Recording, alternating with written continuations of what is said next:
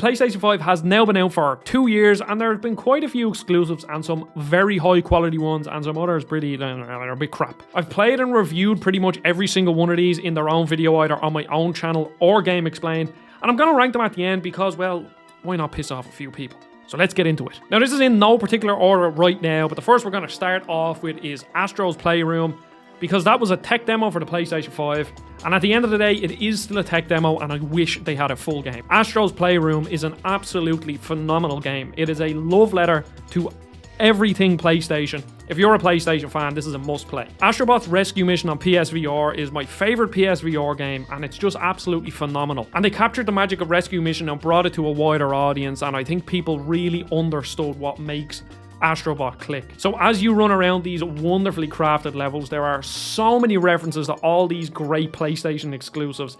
And it's just nice because it reminds me of PlayStation 3 Sony, when Sony was kind of fun and wasn't afraid to do things a bit differently. And then it also just reminded me of how much I do actually love PlayStation and how much nostalgia I have for them. I've had every single Sony console they've ever released, and it reminded me about how much I love all these franchises like Jak and Daxter, Ratchet and Clank, and even the later ones like Bloodborne or Resogun. The game takes you through all the different parts of the PlayStation 5, and when you get to the GPU place and that feckin' GPU song plays, it's still in my head. I sing it pretty often actually, and I love the game. It's nice and cute, really short, and a nice platinum, which I haven't got, but it has a nice platinum. So all in all, a perfect way to kick off the PlayStation 5.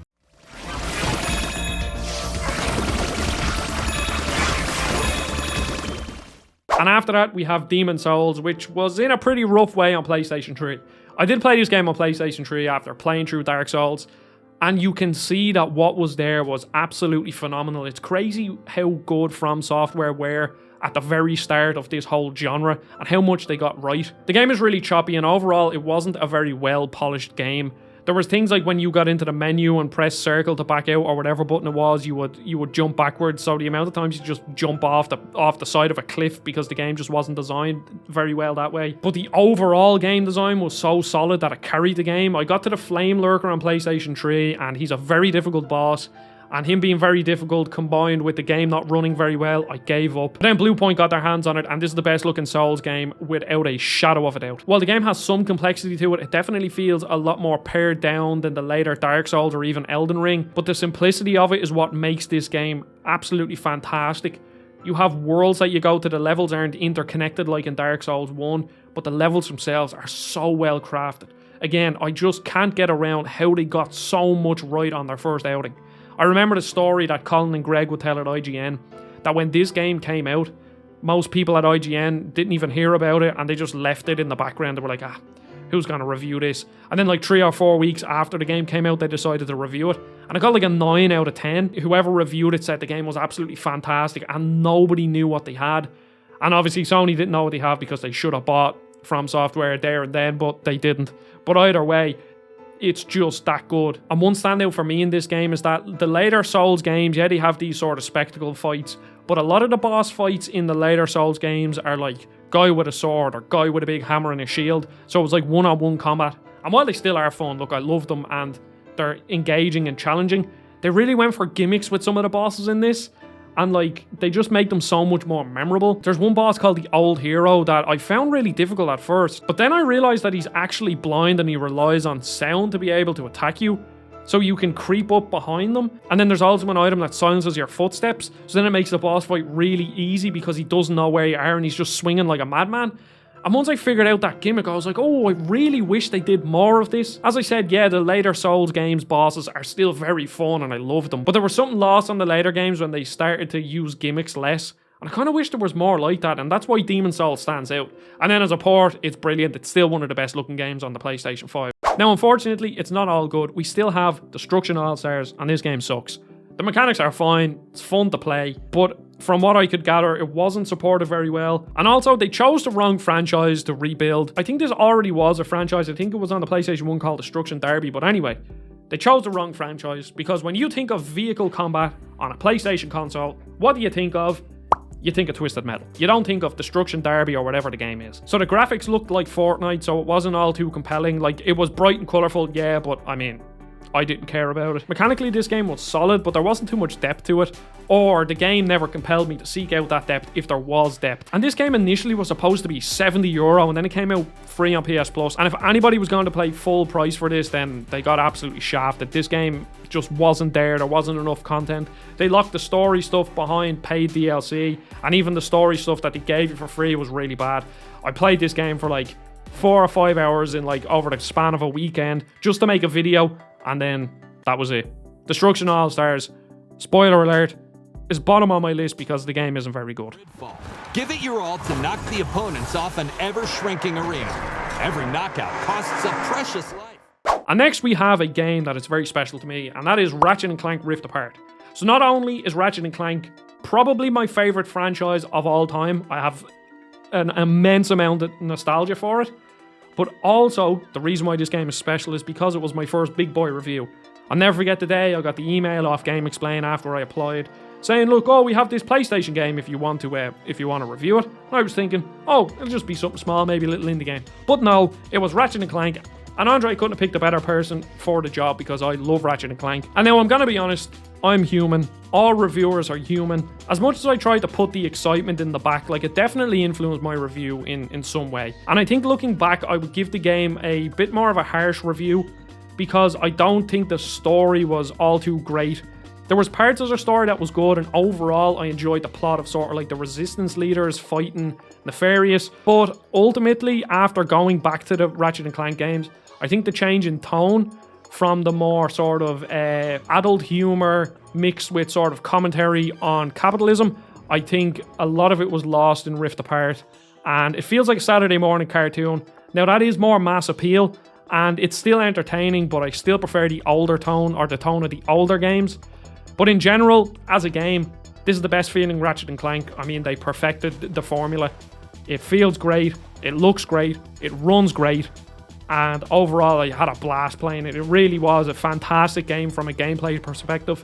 Like, if you want a 3D action platformer for gameplay, probably no better example, because this game feels so good to play. And with all the different modes like ray tracing and 60 FPS ray tracing, performance, and then quality mode, I mean, it's brilliant. Now, one thing I will say about this game, again, as a negative, is that in the marketing material, they really focused on the Rift mechanic, and in the game, the Rift mechanic was very underwhelming.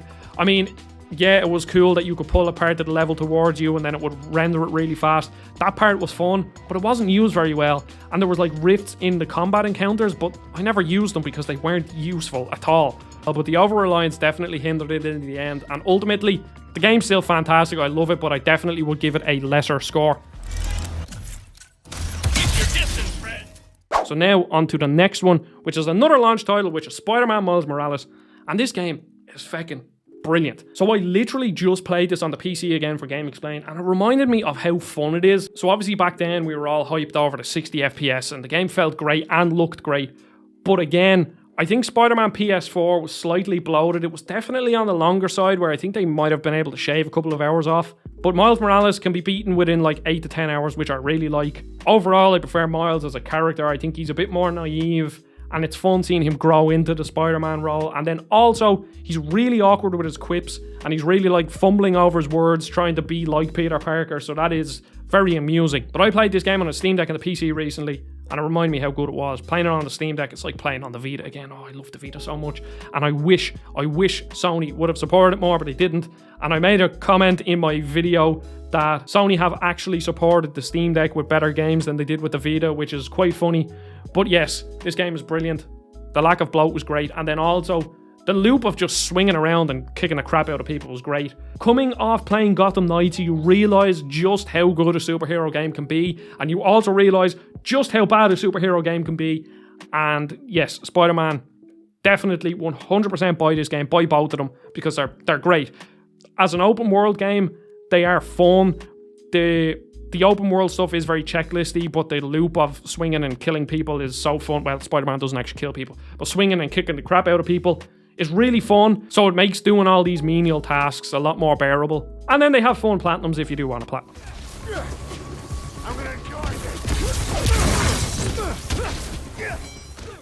And now one of the strongest games on this list, Returnal.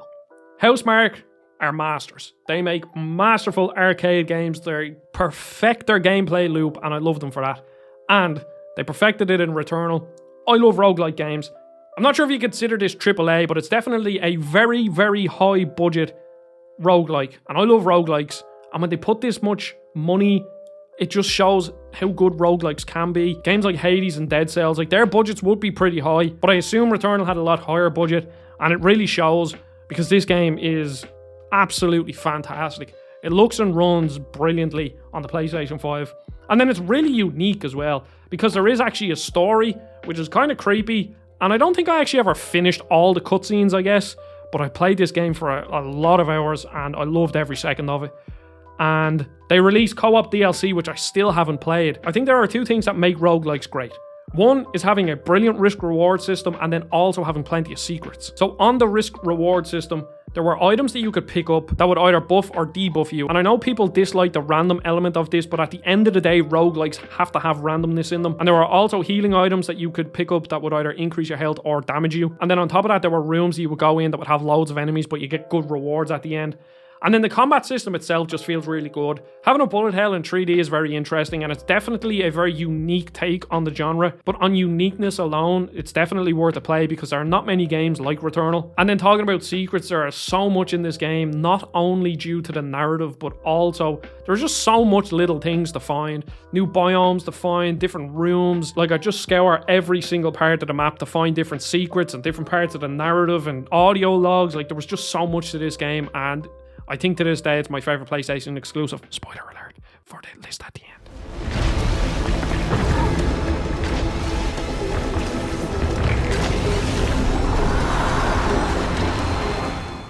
Next, we have Gran Turismo 7, and this game was a surprise. I reviewed this for Game Explain, and I decided I was going to go all out and try to get the full Gran Turismo experience. So I went out and spent €350 on a wheel, and I am so glad that I did. Playing Gran Turismo 7 on the DualSense was actually really good because you could feel the differences. Like if your wheel went up on the curb a bit, the controller would rumble a bit more on the right, and there'd be tension on the right and left trigger, like say when you're accelerating and you lose traction, or if you're braking really harshly. And that was really cool. I was like, geez, the DualSense actually is really good for this. And I was like, I wonder how good a wheel is. So I went out and bought the wheel, and the wheel just changed it, like playing on a rally track, and you're just there like trying to fucking control the car. It was amazing.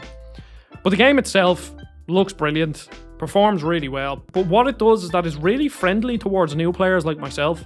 So there was like a license system where it would slowly teach you different challenges. So it'd be like how to take a corner, how to take a corner in the wet, how to take a corner in the very wet. And then it would also teach you like how to take multiple corners, like you need to turn into the apex and all this stuff. And it really did a good job at teaching me how to play the game. And there are so many difficulty sliders that you can adjust, and I found it really fun to as I slowly improved, just slightly increase the difficulty as I went, until eventually I was playing with like a lot of like the sort of assistant stuff turned off, and it just felt really good. And I can't wait until PSVR 2 inevitably has a GT7 DLC or just a VR mode, and I can stick on my VR headset, whip out the wheel, and I can't imagine there'll be much more immersive experiences than that. Now, when I reviewed it, the PlayStation Store part of it wasn't online, but after the review period was up, and I haven't played the game in a while, there was quite a few people talking about how the grind kind of affect you up, and certain cars were like really good, and to actually unlock them in the game would take hours upon hours, but you could just buy them with real money. So that definitely is an issue. Now, I was playing single player, so it didn't bother me, but it definitely, if you're a multiplayer fan of racers, then I would definitely look into how the economy has evolved since then. It wasn't a problem during the review period and since you're playing single player, but you know, that is definitely something to keep your eye on.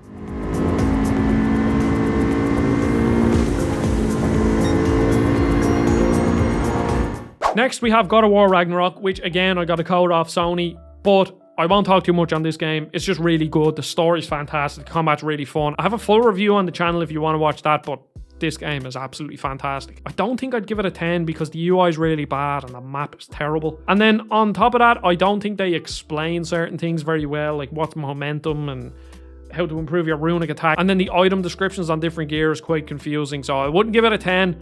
I'd easily give it a 9 if I do scores. So it's like, it's a very solid game, and it's a great conclusion to this saga. And also it's great that it was a duology instead of a trilogy, because I think if this was a trilogy, I think the gameplay would have become a bit stale, because ultimately this is just like God of War 2018 with a nice sauce on it. So it's better, but God of War 2018 was already so solid, and it's also very gamey. So I think ultimately the gameplay would have run stale a bit. I have heard some people say that the story feels like it could have used another game to explain certain things. But ultimately, I think most people would have grown tired of the same gameplay loop for 3 games. Say 30 hours for the last 2 games and 20 for the first one. Like that's a lot of time for that same gameplay loop.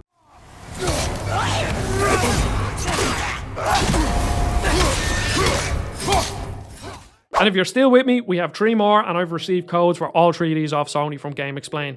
So The Last of Us Part 1. This was very controversial, because after The Last of Us Part 2, there was a lot of controversy around Naughty Dog. People just kind of seemed to have it out for them, I guess, even though The Last of Us 2 was actually better than Last of Us 1. But anyway, The Last of Us 1 came out, and it wasn't needed. Like, I'm going to be real, it wasn't. But did I play it? Yeah. Would I have bought it without a review code? Yes. And would I have enjoyed it without a review code? Yes. Would I enjoyed it if I had to pay €80 for it? Yes. The Last of Us 1 is one of the best games ever made, and now it looks even better, it runs even better, the character performance and writing is second to none, and the simplicity of the gameplay and the sort of survival horror-y nature of it, especially on the harder difficulties, makes it very fun. I mean, it's a no-brainer. I think at this stage you could probably buy that game for like €50 or €60 on Black Friday, and if you can get it for that price, no-brainer. 100%. Buy it, play it, fantastic game. And then the second last game, which I'm definitely not as hot on as many other people, is Horizon Forbidden West. And I think as a series, Horizon only does one thing very well, and that is the world building and the intrigue it builds. So in Horizon Forbidden West, it's a fascinating world, like having these machines run around in this almost primitive society. Just such a cool concept. And while I won't spoil anything, learning the history of the world and how things came to be and who Aloy is and what part she plays in it, absolutely fascinating. But then everything else about the game is either just good or sort of like average, you know? So Forbidden West made a few improvements to the overall experience. So firstly, you can pretty much climb anything almost Breath of the Wild style, but not 100% freeform like Breath of the Wild. So when you press R3 or whatever the button was to pulse like the area around you, you could see the different jagged edges that you could climb. And that was much needed. And then they added the hand glider. Every open world game needs a hand glider. And then they made a big fuss about improving the melee combat, and yeah, it was improved. The skill tree was improved a bit, but I mean, ultimately, the range combat is where it's at. And I think Forbidden West has some fun moments in combat, but eventually it becomes a bit spammy because then you just realize exactly what you need to do, and there's not really much need to get kind of creative. On the harder difficulties in these games, you do have to get creative, like lay traps, and it kind of becomes a bit more of a spectacle fighting these big beasts. But on the normal difficulty, which is the way I review games, like, yeah, it's fun, but that's just about it. I think they improved the current world story, because in Zero Dawn, the current world story was pretty crap. And then in Forbidden West, they made it better with different tribes. But again, I think the characters in general are pretty poor. Like, there's not really much to them, and Aloy is very one trick. And also, the worst part, Aloy rarely made eye contact with people in cutscenes. And it was definitely a glitch, because imagine you the camera, are the person. Aloy would be like, her face will be like she's looking at them, but she'd be looking up like this. She'd be like, yes, yes, yes. And it's just really jarring. So yeah, I don't really like Forbidden West. It's good. It's a good game. It's like a 7.5 or an 8 out of 10. Like, as an open world game, it's solid. There was very few bugs, except for this bug where they were talking like this. But yeah, I don't really like Horizon. It's grand. It seems after recording this, I realised I forgot to talk about Sackboy A Big Adventure. This game is really fun. It's a very, very solid platformer. Look, I love 3D platformers, and it's perfect for a launch title. And also, when you have new people coming into a console, maybe you might have a few kids or something that want it. It's a great game for that. In general, the game was pretty easy, but it was very fun, really colourful, nice music, and Sackboy is just a brilliant character. And I think the standout for this game are these music levels. They had one that was Uptown Funk, but not Uptown Funk, and every jump was done on a beat, and there were certain, like, sort of scripted sections where you had to jump, and they were jumping to the music. They're just really good levels, and they had a few of them, and they're the things that stick with me after 2 years without playing this game.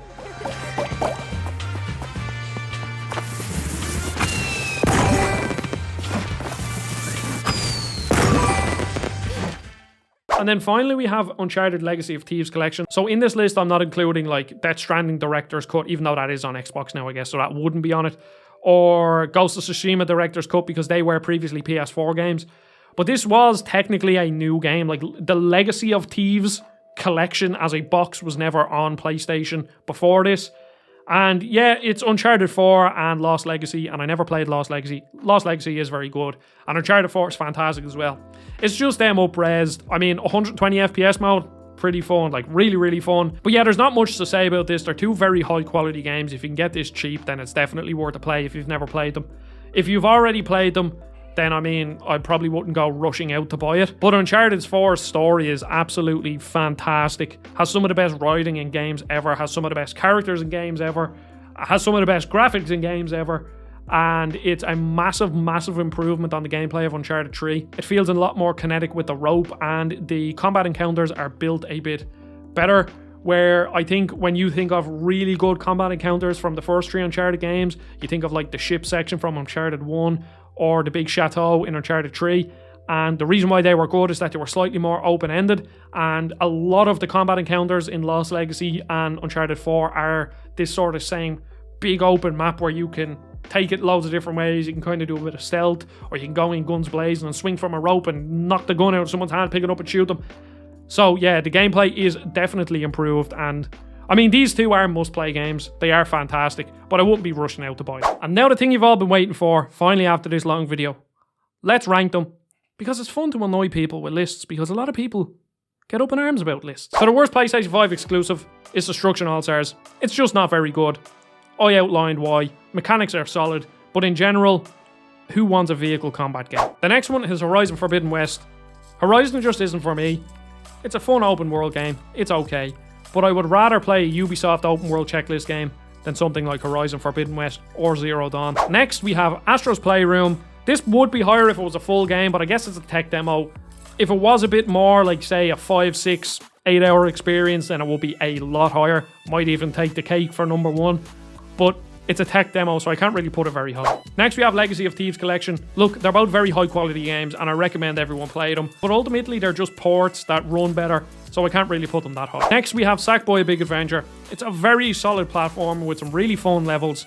Sackboy's really cute, and as a PlayStation 3 fan, he holds a very, very special place in my heart. It doesn't do too much unique, but what it does is really solid. Next, we have Gran Turismo 7. It brought me into racing games again. I've always been a casual fan of racing games, but this showed me just how good they are, and then it also forced me to buy the wheel and show me just how good a game can be when you play it with the wheel. Next, we have Spider-Man Miles Morales. I prefer this over Spider-Man PS4. It looked great. It was a launch title, so there was loads of hype around it. Playing this game, you know, around Christmas time when my Christmas tree was up and you're swinging around snowy New York.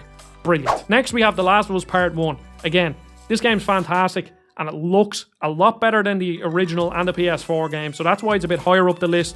I think if this game had come out originally on the PlayStation 5, it would probably be number 1, but again, I've already played it, so I can't put it that high. After that, we probably have a surprise when that's Ratchet and Clank Rift Apart, because I thought I would put this a lot higher, but ultimately, it's a great game, feels really good to play, looks beautiful, but I think the shift in tone for the story was what put me off putting it higher. Next, we have Demon's Souls.